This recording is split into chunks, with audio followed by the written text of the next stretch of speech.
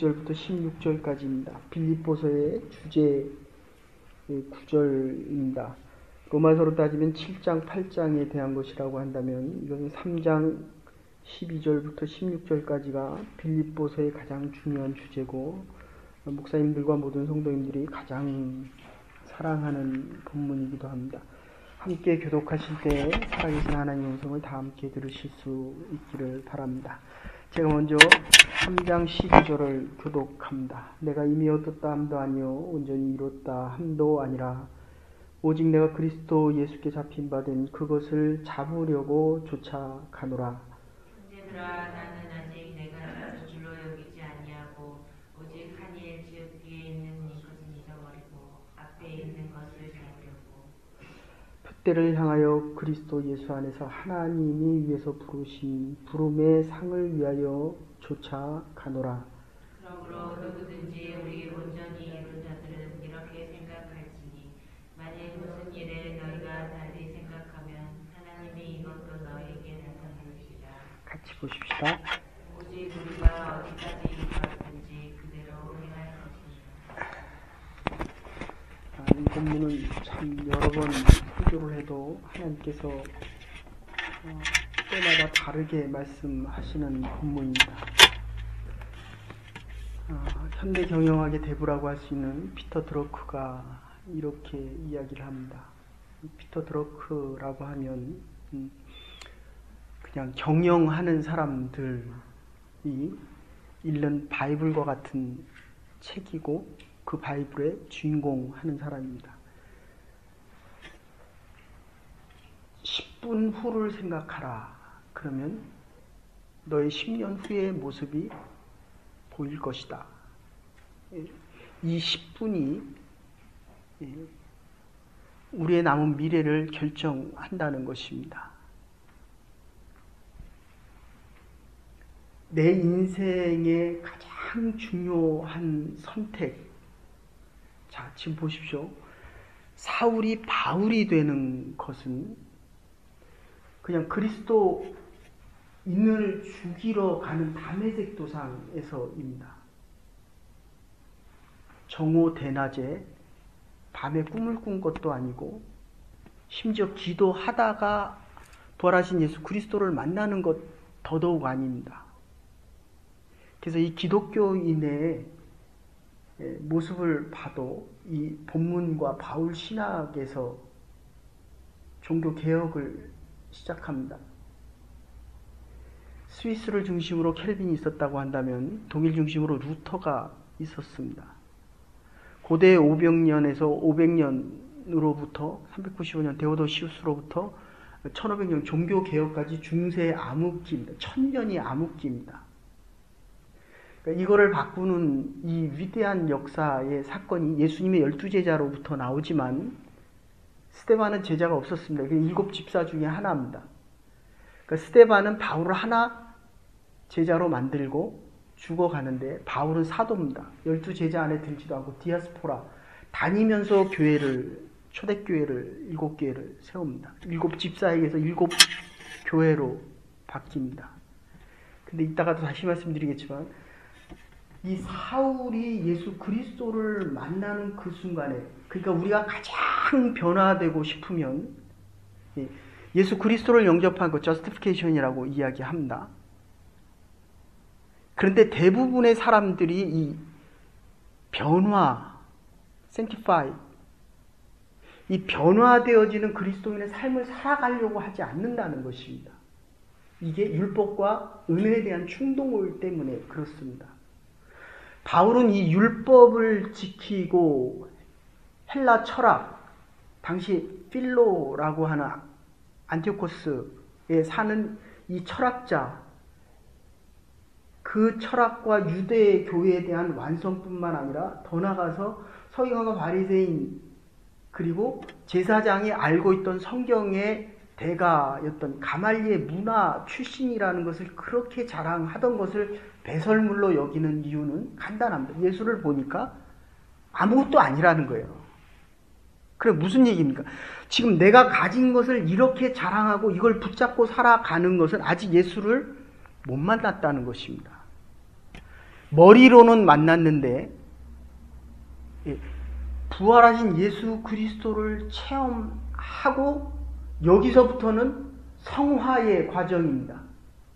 그리고 마지막에 어떻게 됩니까? 스데반을 죽일 때 보니까 자기보다 더 무식한 줄 알고 종교적인 권위가 자기보다 더 없는 줄 알고 자기보다 아랫사람 하대하고 아무것도 아닌 줄 알았는데 그래서 죽이는 겁니다.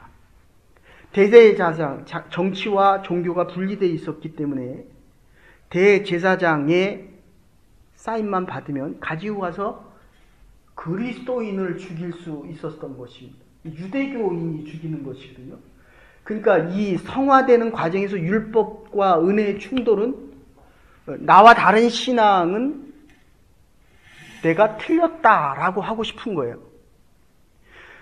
지금 얼마나 바울이 이 율법과 철학과 그리고 유대교 성전에 대한 열심이 어느 정도로 얼마나 열심히 있었는지 죽이러 갈 정도, 일주일의 모든 것을 자기의 삶을 사실 로마가 걸어서 네가 왜 사람을 죽였느냐 하면 종교적인 권한은 있어도 법적인 권한은 없었습니다.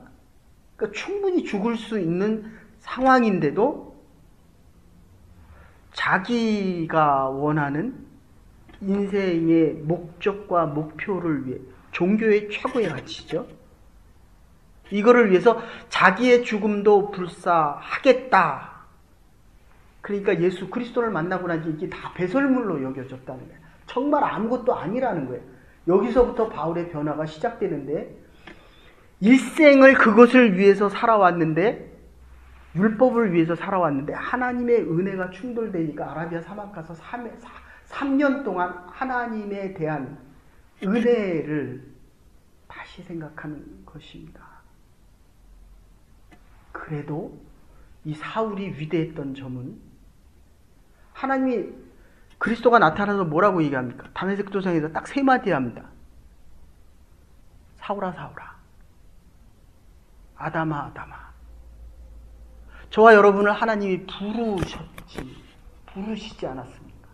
사랑하는 아들아, 사랑하는 딸아. 당신이 누구십니까? 나는 네가 핍박하는 예수다. 바꿔서 얘기하면 네가 얘기하는 율법으로 내가 죽임을 당했다는 것입니다. 우리에게 적용하면 우리의 말 한마디의 율법적인 말이 너를 죽이고 있다는 것입니다. 그런데 더 무서운 것은 그것 때문에 내가 죽어가는 것입니다. 3번째 묻습니다. 네가 가면 가서 아나니아라고 하는 선지자를 만날 것인데 그냥 가라 그랬어요. 가라. 아무 질문도 하지 않고 갑니다.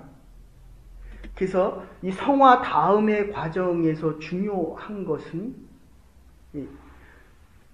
스데반이 죽어가는 그 모습이 변화되어진 몸이거든요. 이 영화, 글로리피케이션입니다.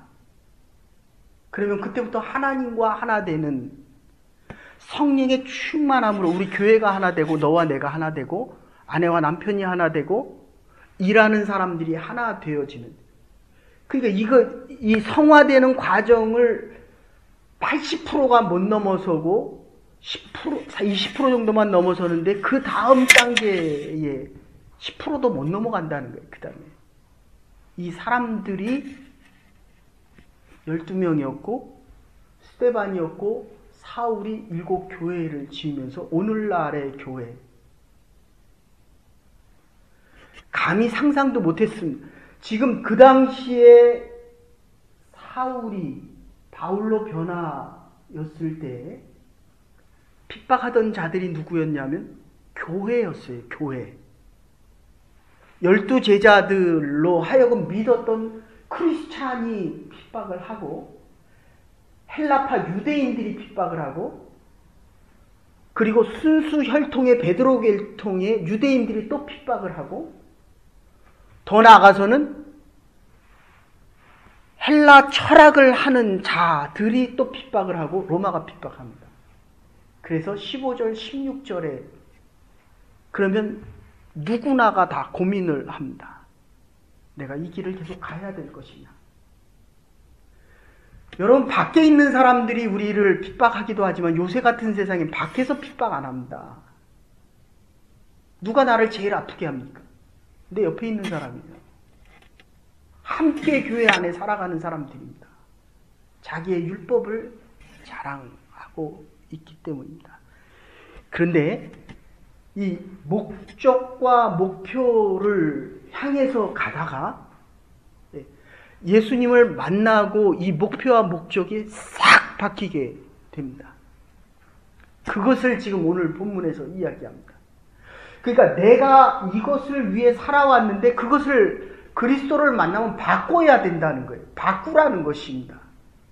그래야 버려야 어제는 말씀드린 대로 새로운 가치관을 얻듯이 이게 오래 살면 오래 살수록 이게 맞다라고 생각합니다. 저도 오늘 3시에 일어나가지고 몸이 말을 안 듣는데 하나님 자꾸 깨우시는 거예요. 이 설교만 한 10번 이상 했습니다. 근데 다 바꾸십니다. 어제 저녁까지 준비한 걸 하나님이 다 바꾸시는 거예요. 지금 얘기는 다 바꾼 겁니다. 자, 보십시오. 지금 그래서 톨스토이가 이런 얘기합니다. 인생 존재의 참 비결은 살아있는 것이 아니라 무엇을 위해 살아갈 것인가. 아덴하고 그 스파르타스가 어디입니까? 스파르타가 싸울 때 아덴이 당연히 이길 줄 알았어요. 아테네가 당연히 군사적으로도 많고 국방력도 튼튼했고 몇 배의 국방력이었는데 이긴 스파르타가 이기거든요. 이겼던 스파르타 왕이 이렇게 얘기합니다. 우리는 적의 과오의 요행을 바라지 말고 우리 자신의 준비를 최선을 다하는데 희망을 걸어야 한다. 지금 바울은 인생의 목표를 향해 목적과 목표를 향해 가는 것에 모든 것을 다 걸라는 겁니다. 이거를 3번 반복하고 있습니다. 꿈이 있는 사람들, 비전을 찾아가는 사람들의 특징은 자기가 주어진 삶에서 최선을 다한다는 것입니다. 이걸 바꾸지 않는다는 것입니다. 지금 이게 우리 하나 정말 알아야 할 것은 사울이었기 때문에 바울이 될 수 있었다는 것입니다. 율법을 위해서, 철학을 위해서, 종교를 위해서 모든 최선을 다하고 그것을 위해 살아왔다는 것입니다. 여러분, 내가 아이들에게 잘해줘서 아이들이 잘 되는 게 아닙니다. 내가 교회 봉사를 열심히 하고 내가 선교를 열심히 해서 내 믿음이 좋아지는 게 아니라는 겁니다. 우리의 인생의 목표는 예수 그리스도를 만나고 예수 그리스도가 주시는 그 말씀에 의해서 내가 바뀌어져 나갈 때, 그래서 바울이 지금 뭐라고 얘기합니까? 내가 온전히 이루었다 함도 아니요 잡혔다 함도 아니라는 거예요. 그 얘기는 뭐냐면 빌립보 감옥에까지는 가겠는데 바울은 이거를 또 어떻게 생각하냐면 이 빌립보 감옥을 하나님이 보내셨다 이렇게 생각하는 겁니다. 조금 조심스럽고 죄송스럽죠. 제가 아픈 것도 하나님의 인도하심 안에 있다는 겁니다. 여러분이 살아가는 이 과정에 어려운 과정 또는 좋은 과정, 하나님 앞에 나아가는 인생의 목적의 과정 중에 있다는 겁니다. 아멘. 하나님이 하시는 일 안에 있기 때문에 이게 의미가 있는 것입니다. 그리고 15절에 가서는 뭐라고 하냐? 그게 아니라면 하나님이 다시 모디파이 시켜준다는 거예요. 그러니까 너는 가니 안 가는 일을 결정하지 말고 내가 인도하는 대로 따라오라는 것입니다. 그래서 16절에 그렇게 결론을 내는 겁니다. 그냥 행하라. 틀리면 또 다른 바른 길을 하나님께서 주시겠다는 것입니다. 하나님이 내게 주신 능력과 재능에 합당한 목표를 세우는 것 정말 중요합니다. 그리스도가 내게 채워준 목적, 그리스도께 잡힌 바 된 이것을 향해 지금 바울이 가고 있습니다. 여러분들 결혼할 때 특히 젊은이들과 사역했던 저의 입장에서는 그렇습니다. 네가 결혼하니까 내가 결혼하는 거예요. 근데 내 남편은 네 남편보다 조금 더 나아야 돼요. 얼마나 더 잘 살겠습니까? 그건 인생의 목적이 아닙니다. 시기와 질투입니다. 목사의 자녀들은 보고 배운 게 섬기고 나누는 것밖에 본 게 없습니다. 십자가 지고 죽으라는 거예요. 그런데 돈을 버는 법을 배운 줄 몰랐는데 그걸 보고 배운 적이 없는데 돈을 벌라 그러면 목사의 자식들이 돈을 벌겠습니까? 여러분들의 인생의 모델, 지금 이 초대교회 인생의 모델이 없어서 스테반이 있었고 유럽에 가보십시오. 이름이 제일 많은 게 스테파노스입니다. 그 다음이 뭡니까? 폴 아니면 피더예요. 그렇게 되고 싶다는 겁니다. 그런데 그렇게 되는 사람이 없는 이유는 바로 이 인생의 목적, 잡힌 바 된 것을 잡은 줄로, 잡혔다는 건 뭡니까? 어쩔 수 없이 끌려가는 거예요. 그죠? 오늘 잡혀왔습니까? 성령에 잡혀왔습니까? 아니면 여러분들 이 잡힌 사람들은요, 불평과 불만이 많습니다. 왜 내가 원하는 대로 안 되냐는 거예요. 근데 바울은 감옥에서 찬양을 합니다. 이유는 하나님이 나를 부르셨다는 것 때문에. 저와 여러분들이 하나님을 이 자리로 부르셨습니다. 하나님이 행하실 일이 있기 때문입니다. 우리의 보던 그 시야에서 내 목적과 내 목표에서 더 넘어서서 하나님이 나에게 주시는 그리스도의 목적과 목표를 볼 수 있어야 합니다. 이거를 성화에서 영화로 가는 하나님과 함께 되는 과정이라고 이야기하는 것입니다. 아까도 말씀드렸지만 철학자인 필로, 알렉산드리아에 있는 이 필로와 같은, 그리고 가말리알 문화와 같은 그것을 위해서, 그게 최고의 엘리트 중에 엘리트입니다. 하나님 우리에게 엘리트를 원하지 않지만 우리의 최선을 다하는 다른박질, 이 지금 다른박질하는 거거든요. 100m 뛰는 사람이 옆에 사람 봅니까? 지금 옆에 사람 때문에 힘들어하는 거예요. 100m 뛰는 사람이 뭐만 봅니까? 저 앞에 골라인, 100m 후에 골라인만 보는 겁니다. 그러니까 전력을 다하여 지금 뛰고 있다는 것입니다. 그러니까 이 그리스도인들을 잡아 죽이는 것도 유대교의 율법으로는 이거 죽여야 되는 겁니다.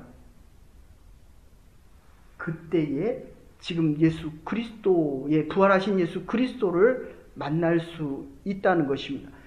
그래서 고린도후서 5장 15절에 저가 모든 사람을 대신하여 죽으심은 산자들로 하여금 다시금 저희 자신을 위해 살지 않고 저희를 위하여 대신 죽은 자를 위해 살게 하려 하시니라.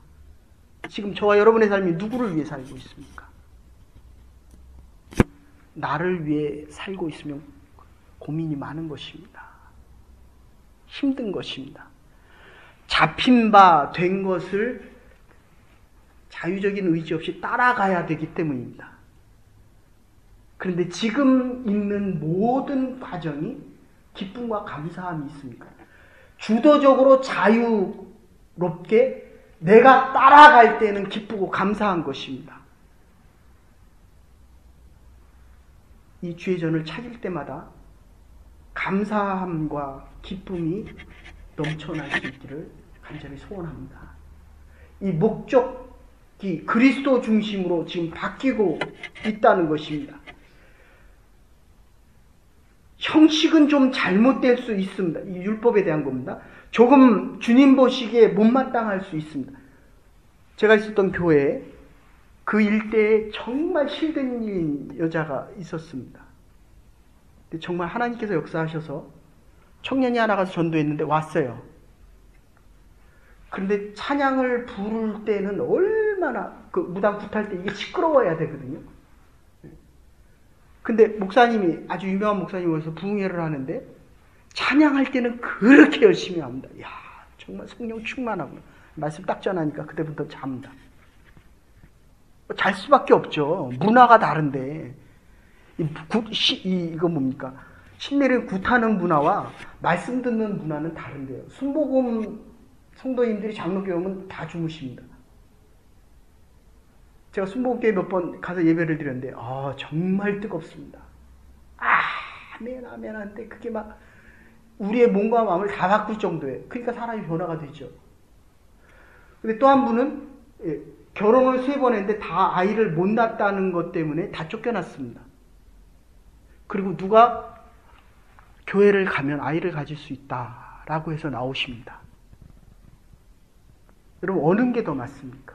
하나는 예수를 믿기 위해서 나오고 하나는 아이를 갖기 위해서 나왔습니다. 우리는 나를 인정받기 위해서 신앙생활을 하기도 하고 내 욕망을 채우기 위해서 신앙생활을 하기도 합니다. 근데 이것은 그리스도를 만나기 전까지의 얘기요. 그리스도를 만나면 충돌의 기간이 바울도 3년입니다. 그래서 신학교 MDB가 3년입니다.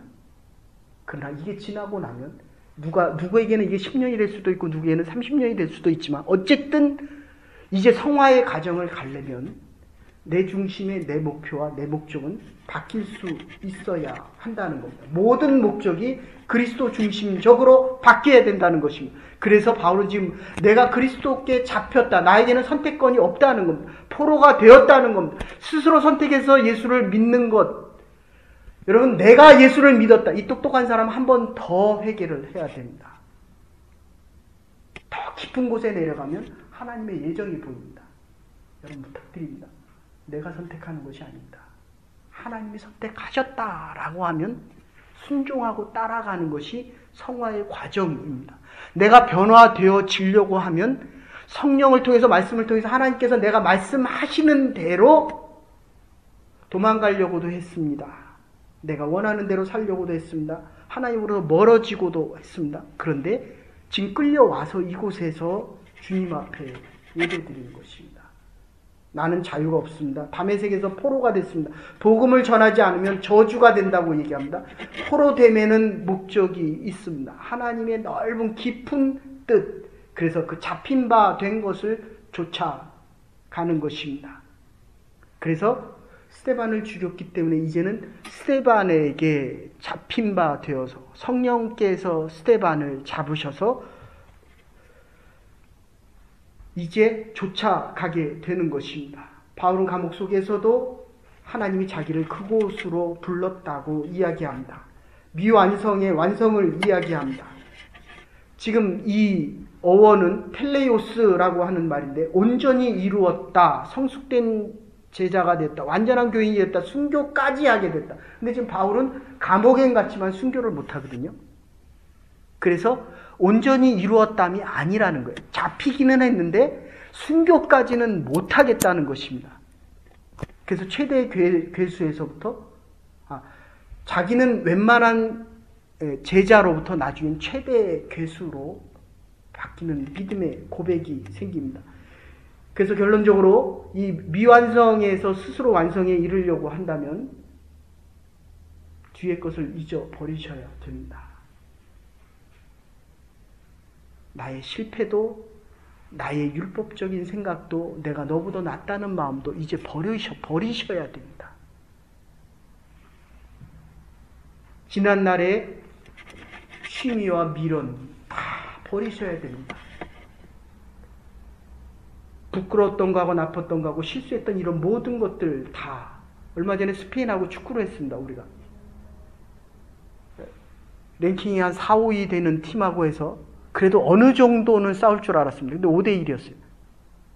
그건 당연한 겁니다. 그럴 때 아나운서가 뭐라고 축구할 때마다 뭐라고 얘기합니까? 어제의 실패를 잊어버려야 되는데. 그리고 페루가 어느 나라랑 해가지고 20인가 30건 해갖고 2대 1로 이겼습니다. 여러분 승리하려면 과거의 실패를 잊으셔야 됩니다. 내가 어떤 모습으로 어떻게 태어나서 어떤 신앙생활을 해왔든지 이제는 잊으셔야 됩니다. 두 번째는 앞에 있는 것을 향해서 달려가야 됩니다. 하나는 표대요, 하나는 주께서 부르신 상을 위해 살아가야 한다는 것입니다. 사람이나 칭찬이나 비판 같은 거 아랑곳이 않아야 이제 풋대만을 바라볼 수 있습니다. 제자들이 누가복음 10장 20절에 보면 제자들이 귀신을 쫓고 와서 예수님 앞에 내가 귀신을 쫓았습니다. 하나님, 내가 이렇게 엄청난 일을 했습니다. 내가 교회를 위해서 이렇게 봉사했습니다. 하나님, 예수님이 그거 듣지도 않으셨습니다. 너의 이름이 하늘에 기록된 것을 기뻐하라. 이게 표대를 향하여 살아가는 사람들입니다. 아까도 말씀드렸지만 데살로니가 사도행전 고린도전서 보면 바울을 핍박한 것은 이제 사울이 아닙니다. 바울을 핍박한 것은 믿는 사람이요, 종교인이요, 유대인이요, 주님의 일꾼들로부터 핍박받습니다. 그래서 15절의 결론에 무슨 일에 너희가 달리 생각하면, 지금 이거 달리 생각할 수 있습니다. 고난을 당하면 내가 계속 세금재단을 해야 되나, 내가 계속 이 교회를 섬겨야 되나 라는 다른 생각이 들 수 있습니다. 그럴 때 뭐라고 얘기합니까? 이것도 됐습니까? 이것도 15절에 이것도 너희에게 나타나시리라. 이것은 하나님께서 또 한 번 바른 길로 인도하시겠다는 것입니다. 저와 여러분들이 어려움에 있을 때마다, 갈등과 고민 가운데 있을 때마다 표대를 향해 나가십시오. 하나님께서 또 다른 바른 길로 인도해 주실 것입니다. 그래서 16절에 어디까지 이르든지 그대로 행하라. 지금 왔던 길을 계속 가라는 것입니다. 궤도 수정 없이 그대로 앞으로 밀고 나가라는 것입니다. 부름받은 자들이 받을 상 가운데 이 길이 있기 때문입니다. 정상을 향해 가는 나를 본받으라. 이 고백 속에 남은 날들도 하나님의 사람답게 정상을 향해 가는 부름받은 주의 백성들 될 수 있기를 주의 이름으로 축원합니다. 이제는 괴머리 되신 우리 주 예수 그리스도의 극진하신 은혜와 하나님의 만하신 사랑과 성령의 감화 감동 교통하심이 잡은 줄로 여기지 아니하고 오직 뒤에 것 다 잊어버리고 그리스도의 표대를 향하여 나가기로 결단하는 하나님의 백성들과 하나님의 사람들과 우리에게 허락하실 부름의 상을 위하여 달려나가는 주의 백성들을 위해 하나님의 교회 위에 이제로부터 영원토록 함께 하시옵기를 축원하옵나이다. 아멘. 오늘도 믿음의 승리자가 되기 위하여 앞을 향해 달려나갈 수 있는 하나님의 사람들 될 수 있기를 바랍니다.